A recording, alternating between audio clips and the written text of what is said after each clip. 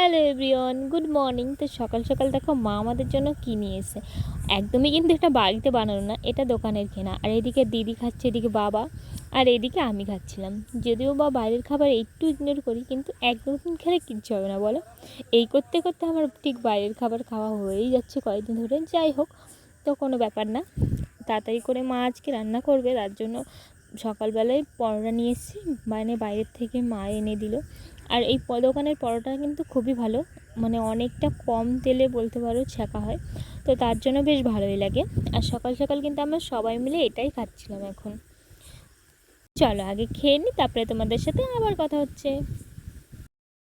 দেখতে দেখতে কখন যে দুপুর হয়ে গেল। আর দুপুরবেলা এই দেখো আমার সাথে চলে এসেছে সাথী। আর সাথী আর আমি মিলে দেখো কি বানিয়েছি। ও কার কার জিভে জল আসছে, আমার কিন্তু কিচ্ছু করার নেই কারোর জিভে জল আসলে, কারণ আমার নিজের জিভে জল আসছে। আমি তোমাদেরকে কি বলবো বলো। এই যে আজকে মাখিয়েছিলাম তেঁতুল, আর এর ভিতরে দু একটা মানে কুল আছে বলতে পারো, ধরা চলে না। এতক্ষণ না চামচ দিয়ে খাচ্ছিলাম, ঠিক পোষাচ্ছিল না। তো এই যে হাত দিয়ে খাওয়ার মজাটাই কিন্তু আলাদা। আর এতটা টেস্টি হয়েছিল কি বলবো তোমাদেরকে। তো মনে হচ্ছিলো এখন যদি পেতাম তো আরেকটু ভালো হতো। এই গরমের ভিতরে আর একবার খাওয়া যেত। যাই হোক, দেখতে দেখতে দুপুর হয়ে গেল, আমি কিন্তু স্নান টান করে চলে এসেছি। আর এদিকে দেখো আমার ফেভারিট এই যে চচ্চড়ি বানিয়েছে মা, তাও আবার কাঁঠালের আটি দিয়ে। ও আমার যা লাগে না। আর ওদিকে আছে একটা মানে নিরামিষ টাইপের, আর ওদিকে আছে ইলিশ মাছ, আরও কিন্তু জিনিস আছে, চিকেন আছে। তো যাই হোক, চলো তাড়াতাড়ি করে চটপট করে খেয়ে নিই।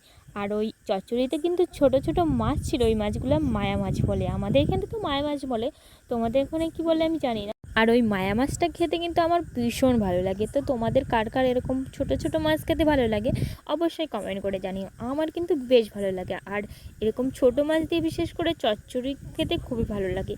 এই তো কাঁঠালের দিন চলে আসলো, মাঝে মাঝে এরকম কাঁঠালের মানে আটিগুলো দিয়ে যে চচ্চড়িটা রান্না হয় না, খুব ভালো লাগে। তো দেখতে দেখতে এই যে রাত হয়ে গেল, আমার ছোট্ট পাপাটা দেখো দুষ্টুমি এখনও কমেনি। সবাইকেও কিন্তু বলছি গুড নাইট।